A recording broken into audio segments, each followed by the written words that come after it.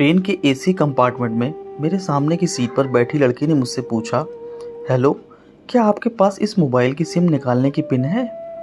उसने अपने बैग से एक फ़ोन निकाला। वह नया सिम कार्ड उसमें डालना चाहती थी, लेकिन सिम स्लॉट खोलने के लिए पिन की ज़रूरत पड़ती है, जो उसके पास नहीं थी। मैंने हाँ में गर्दन हिलाई और अपने क्रॉस बैग से पिन निकाल कर लड़की को दे दी। लड़की ने थैंक्स कहते हुए पिन ले ली और सिम डालकर पिन मुझे वापस कर दी। थोड़ी देर बाद वो फिर से इधर उधर ताकने लगी। मुझसे रहा नहीं गया। मैंने पूछ लिया, कोई परेशानी? वो बोली, सिम स्टार्ट नहीं हो रही है। मैंने मोबाइल मांगा, उसने दिया। मैंने उससे कहा कि सिम अभी एक्टिवेट नहीं हुई है, थोड़ी देर में हो जाएगी। एक्टिव होने के बाद आईडी वेरिफिकेशन होगा, उसके बाद आप इसे इस्तेमाल कर सकेंगी। लड़की ने पूछा, आईडी वेरिफिकेशन क्यों? मैंने कहा, आजकल सिम वेरिफिकेशन के बाद एक्टिव होती है। जिस नाम से ये सिम उठाई गई है उसका ब्यौरा पूछा जाएगा, बता देना। लड़की बुदबुदाई, ओह। मैंने दिलासा देते हुए कहा, इसमें कोई परेशानी की बात नहीं। वो अपने एक हाथ से दूसरा हाथ दबाती रही, मानो किसी परेशानी में हो। मैंने फिर विनम्रता से कहा, आपको कहीं कॉल करना हो तो मेरे मोबाइल इस्तेमाल कर लीजिए। लड़की ने कहा, जी फ़िलहाल नहीं, थैंक्स। लेकिन ये सिम किस नाम से खरीदी गई है मुझे नहीं पता। मैंने कहा, एक बार एक्टिव होने दीजिए, जिसने आपको सिम दी है उसी के नाम की होगी। उसने कहा, ओके, कोशिश करते हैं। मैंने पूछा, आपका स्टेशन कहाँ है? लड़की ने कहा, दिल्ली। और आप? लड़की ने मुझसे पूछा। मैंने कहा, दिल्ली ही जा रहा हूँ, एक दिन का काम है। आप दिल्ली में रहती हैं या? लड़की बोली, नहीं नहीं, दिल्ली में कोई काम नहीं, ना ही मेरा घर है वहाँ। तो मैंने उत्सुकतावश पूछा। वो बोली, दरअसल ये दूसरी ट्रेन है जिसमें आज मैं हूँ और दिल्ली से तीसरी गाड़ी पकड़नी है, फिर हमेशा के लिए आज़ाद। आज़ाद? लेकिन किस तरह की कैद से? मुझे फिर जिज्ञासा हुई, किस कैद में थी ये कम सी अल्हड़ सी लड़की? लड़की बोली, उसी कैद में थी जिसमें हर लड़की होती है, जहाँ घर वाले कहें शादी कर लो, जब जैसा कहें वैसा करो। मैं घर से भाग चुकी हूँ। मुझे ताजुब हुआ, मगर अपने ताजुब को छुपाते हुए मैंने हंसते हुए पूछा, अकेली भाग रही हैं आप? आपके साथ कोई नज़र नहीं आ रहा? वो बोली, अकेली नहीं, साथ में है कोई। कौन? मेरे प्रश्न खत्म नहीं हो रहे थे। दिल्ली से एक और ट्रेन पकड़ूंगी, फिर अगले स्टेशन पर वो जनाब मिलेंगे और उसके बाद हम किसी को नहीं मिलेंगे। ओह, तो ये प्यार का मामला है? उसने कहा, जी। मैंने उसे बताया कि मैंने अभी लव मैरिज की है। ये बात सुनकर वो खुश हुई, बोली, वाओ, कैसे, कब? लव मैरिज की बात सुनकर वो मुझसे बात करने में रुचि लेने लगी। मैंने कहा, कब, कैसे, कहाँ? वो मैं बाद में बताऊंगा, पहले आप बताओ, आपके घर में कौन कौन है? उसने होशियारी बरतते हुए कहा, वो मैं आपको क्यों बताऊं? मेरे घर में कोई भी हो सकता है, मेरे पापा, माँ, भाई, बहन, या हो सकता है भाई ना हो, सिर्फ बहनें हो, या ये भी हो सकता है कि बहनें ना हो और दो चार गुस्सा करने वाले बड़े भाई हों। मतलब मैं आपका नाम भी ना पूछूं? मैंने काउंटर मारा। वो बोली, कुछ भी नाम हो सकता है मेरा, टीना, मीना, रीना, कुछ भी। बहुत बातूनी लड़की थी वो। थोड़ी इधर उधर की बातें करने के बाद उसने मुझसे टॉफ़ी दी, जैसे छोटे बच्चे देते हैं क्लास में। बोली, आज मेरा बर्थडे है। मैंने उसकी हथेली से टॉफ़ी उठाते बधाई दी और पूछा, कितने साल की हुई हो? वो बोली, 18। मतलब भागकर शादी करने की कानूनी उम्र हो गई आपकी? वो हंसी। कुछ ही देर में कॉफ़ी प्रैंक हो चुके थे हम दोनों, जैसे बहुत पहले से जानते हों एक दूसरे को। मैंने उसे बताया कि मेरी उम्र 35 साल है, यानी 17 साल बड़ा हूँ।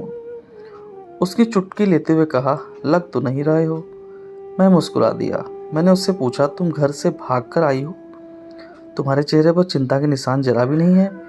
इतनी बेफिक्री में मैंने पहली बार देखी।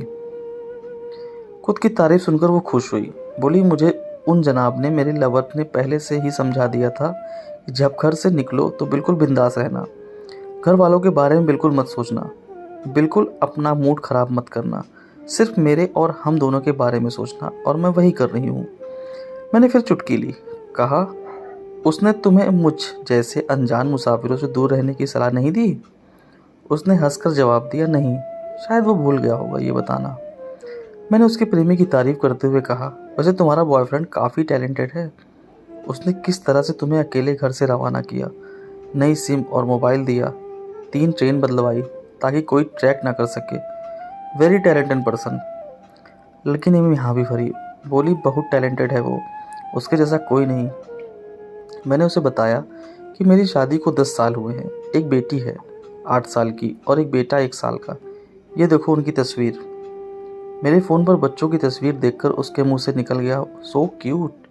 मैंने उसे बताया कि जब पैदा हुई तब मैं कुवैत में था, एक पेट्रो कंपनी में बहुत अच्छी जॉब थी मेरी, बहुत अच्छी सैलरी थी। फिर कुछ महीनों बाद मैंने वो जॉब छोड़ दी और अपने ही कस्बे में काम करने लगा। लड़की ने पूछा, जॉब क्यों छोड़ी? मैंने कहा, बच्ची को पहली बार गोद में उठाया तो ऐसा लगा जैसे मेरी दुनिया मेरे हाथों में है। 30 दिन की छुट्टी पर घर आया था, वापस जाना था लेकिन जा ना सका। इधर बच्ची का बचपन खर्च होता रहे, उधर मैं पूरी दुनिया कमा लूं तब भी घाटे का सौदा है। मेरी 2 टके की नौकरी, बचपन उसका लाखों का। उसने पूछा, क्या बीवी बच्चों को साथ नहीं ले जा सकते थे वहाँ? मैंने कहा, काफ़ी टेक्निकल मामलों से गुजरकर एक लंबे समय के बाद रख सकते हैं। उस वक्त ये मुमकिन नहीं था। मुझे दोनों में से एक को चुनना था, आलीशान रहन सहन के साथ नौकरी या परिवार। मैंने परिवार चुना, अपनी बेटी को बड़ा होते देखने के लिए। मैं कुवैत वापस गया था लेकिन अपना इस्तीफ़ा देकर लौट आया। लड़की ने कहा, वेरी इम्प्रेसिव। मैं मुस्कुराकर खिड़की की तरफ देखने लगा। लड़की ने पूछा, अच्छा आपने तो लव मैरिज की थी ना, फिर आप भागकर कहाँ गए? कैसे रहे और कैसे गुजरा वो वक्त? उसके हर सवाल और हर बात में मुझे महसूस हो रहा था कि लड़की लड़कपन के शिखर पर है, बिल्कुल नासमझ और मासूम छोटी बहन सी। मैंने उसे बताया कि हमने भागकर शादी नहीं की और ये भी है कि उसके पापा ने मुझे पहली नज़र में सख्ती से रिजेक्ट कर दिया था। उन्होंने आपको रिजेक्ट क्यों किया? लड़की ने पूछा। मैंने कहा, रिजेक्ट करने के कुछ भी कारण हो सकता है, मेरी जाति, मेरा काम, घर परिवार। बिल्कुल सही। लड़की ने सहमति दर्ज कराई और आगे पूछा, फिर आपने क्या किया? मैंने कहा, मैंने कुछ नहीं किया, उसके पिता ने रिजेक्ट कर दिया। वहीं से मैंने अपने बारे में अलग से सोचना शुरू कर दिया था। खुशबू ने मुझे कहा कि भाग चलते हैं। मेरी वाइफ का नाम खुशबू है। मैंने 2 टूक मना कर दिया। वो 2 दिन तक लगातार जोर देती रही कि भाग चलते हैं। मैं मना करता रहा। मैंने उसे समझाया कि भागने वाले जोड़े में लड़के की इज्जत पर कोई खास फर्क नहीं पड़ता, जबकि लड़की के पूरे कुल की इज्जत धुल जाती है। भगाने वाला लड़का उसके दोस्तों में हीरो माना जाता है, लेकिन इसके विपरीत जो लड़की प्रेमी संग भाग रही है वो उल्टा कहलाती है। मोहल्ले के लड़के उसे चालू कहते हैं। बुराइयों के तमाम शब्दकोश लड़की के लिए इस्तेमाल किए जाते हैं। भागने वाली लड़की आगे चलकर 60 साल की वृद्धा भी हो जाएगी, तब भी जवानी में ये किए उस कांड का कलंक उसके माथे पर से नहीं मिटता। मैं मानता हूँ कि लड़का लड़की को तौलने का ये दोहरा मापदंड गलत है, लेकिन हमारे समाज में है तो ये नज़रिया गलत है, मगर सामाजिक नज़रिया यही है। वो अपने नीचे का होंठ दांतों तले पीसने लगी। उसने पानी की बोतल का ढक्कन खोलकर एक घूंट पानी पिया। मैंने कहा, अगर मैं उस दिन उसे भगा ले जाता तो उसकी माँ तो शायद कई दिनों तक पानी भी ना पीती। इसलिए मेरी हिम्मत नहीं हुई कि ऐसा काम करूं। मैं जिससे प्रेम करूं उसके माँ बाप मेरे माँ बाप के समान ही है, चाहे शादी ना हो तो ना हो। कुछ पल के लिए वो सोच में पड़ गई, लेकिन मेरे बारे में और अधिक जानना चाहती थी। उसने पूछा, फिर आपकी शादी कैसे हुई? मैंने बताया कि खुशबू की सगाई कहीं और कर दी गई थी। धीरे धीरे सब कुछ नॉर्मल होने लगा था। खुशबू और उसके मंगेतर की बातें भी होने लगी थी फ़ोन पर, लेकिन जैसे जैसे शादी नज़दीक आने लगी उन लोगों की डिमांड बढ़ने लगी। डिमांड मतलब? लड़की ने पूछा। डिमांड का एक ही मतलब होता है, दहेज की डिमांड। परिवार में सबको सोने से बने तोहफे दो, दूल्हे को लग्जरी कार चाहिए, सास और ननद को नेकलेस दो, वगैरह वगैरह। बोले, हमारे यहाँ रीत है। लड़का भी इस रीत की अदायगी का पक्षधर था। वो सगाई मैंने तुड़वा डाली, इसलिए नहीं कि सिर्फ मेरी शादी उससे हो जाए, बल्कि ऐसे लालची लोगों में खुशबू कभी खुश नहीं रह सकती थी, ना उसका परिवार। फिर किसी तरह घर वालों को समझा बुझाकर मैं फ्रंट पर आ गया और हमारी शादी हो गई। ये सब किस्मत की बात थी। लड़की बोली, चलो अच्छा हुआ आप मिल गए, वरना वो गलत लोगों में फंस जाती। मैंने कहा, जरूरी नहीं कि माता पिता का फैसला हमेशा सही हो, और ये भी ज़रूरी नहीं कि प्रेमी जोड़े की पसंद सही हो, दोनों में से कोई भी गलत या सही हो सकता है। काम की बात यहाँ ये है कि कौन ज़्यादा वफादार है। लड़की ने फिर से पानी का घूंट लिया और मैंने भी। लड़की ने तर्क दिया कि हमारा फैसला गलत हो जाए तो कोई बात नहीं, उन्हें ग्लानि नहीं होनी चाहिए। मैंने कहा फैसला ऐसा हो जो दोनों को हो, बच्चों और माता पिता दोनों की सहमति वो सबसे सही है। बुरा मत मानना, मैं कहना चाहूँगा कि तुम्हारा फैसला तुम दोनों का है, जिसे तुम्हारे पेरेंट्स शामिल नहीं हैं, ना ही तुम्हें इश्क का असली मतलब पता है अभी। उसने पूछा क्या है इश्क का सही अर्थ। मैंने कहा तुम इश्क में हो, तुम अपना सब कुछ छोड़कर चली आई, ये सच्चा इश्क है। तुमने दिमाग पर जोर नहीं दिया, ये इश्क है। फ़ायदा नुकसान नहीं सोचा, ये इश्क है। तुम्हारा दिमाग दुनियादारी के फितूर से बिल्कुल खाली था, उस खाली जगह में इश्क का फितूर भर दिया गया। जिन जनाब ने इश्क को भरा, क्या वो इश्क में नहीं है? यानी तुम जिसके साथ जा रही हो वो इश्क में नहीं, बल्कि होशियारी हीरोगिरी में है। जो इश्क में होता है वो इतनी प्लानिंग नहीं कर पाता है, 3 ट्रेनें नहीं बदलवा पाता है, उसका दिमाग इतना काम ही नहीं कर पाता। कोई कहे मैं आशिक हूँ और वो शातिर भी हो, ये नामुमकिन है। मजनू इश्क में पागल हो गया था, लोग पत्थर मारते थे उसे। इश्क में उसकी पहचान तक मिट गई, उसे दुनिया मजनू के नाम से जानती है, जबकि उसका असली नाम कैस था, जो नहीं इस्तेमाल किया जाता। वो शातिर होता तो कैस से मजनू ना बन पाता। फरहाद ने शीरी के लिए पहाड़ों को खोदकर नहर निकाल डाली थी और उसी नहर में उसका लहू बहा था। वो इश्क था। इश्क में कोई फ़कीर हो गया, कोई जोगी हो गया, किसी मांझी ने पहाड़ तोड़कर रास्ता निकाल लिया। किसी ने अतिरिक्त दिमाग नहीं लगाया, चालाकी नहीं की। लालच, हवस और हासिल करने का नाम इश्क नहीं है।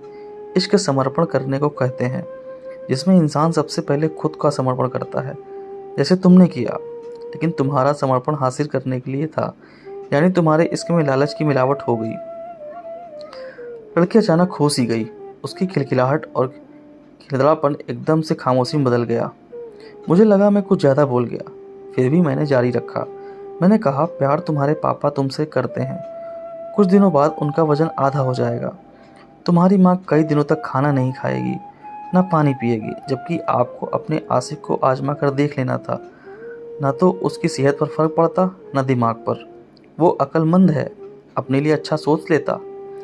आजकल गली मोहल्ले के हर तीसरे लौंडे लपाटे को जो इश्क हो जाता है, वो इश्क नहीं है, वो सिनेमा जैसा कुछ है। एक तरह की स्टंटबाजी, डेयरिंग, अलग कुछ करने का फितूर, और कुछ नहीं। लड़की का चेहरा का रंग बदल गया। ऐसा लग रहा था वो अब यहाँ नहीं है, उसका दिमाग किसी अतीत में टहलने निकल गया है। मैं अपने फ़ोन को स्क्रॉल करने लगा, लेकिन मन की इंद्री उसकी तरफ थी। थोड़ी देर में उसका और मेरा स्टेशन आ गया। बात कहाँ से निकली थी और कहाँ पहुँच गई। उसके मोबाइल पर मैसेज टोन बजी। देखा, सिम एक्टिवेट हो चुकी थी। उसने चुपचाप बैग में से आगे का टिकट निकाला और फाड़ दिया। मुझे कहा एक कॉल करना है। मैंने मोबाइल दिया। उसने नंबर डायल करके कहा सॉरी पापा, और सिसक सिसक कर रोने लगी। सामने से पिता भी फ़ोन पर बेटी को संभालने की कोशिश करने लगे। उसने कहा पिताजी आप बिल्कुल चिंता मत कीजिए, मैं घर आ रही हूँ। दोनों तरफ से भावनाओं का सागर उमड़ पड़ा। हम ट्रेन से उतरे। उसने फिर से पिन मांगी, मैंने पिन दी। उसने मोबाइल से सिम निकालकर तोड़ दी और पिन मुझे वापस कर दिया। दोस्तों, उम्मीद करता हूँ ये भावुक कहानी आपको पसंद आई होगी। अगर पसंद आई वीडियो को लाइक करें, शेयर करें और चैनल पर नए हो तो चैनल को सब्सक्राइब करना ना भूलें। धन्यवाद।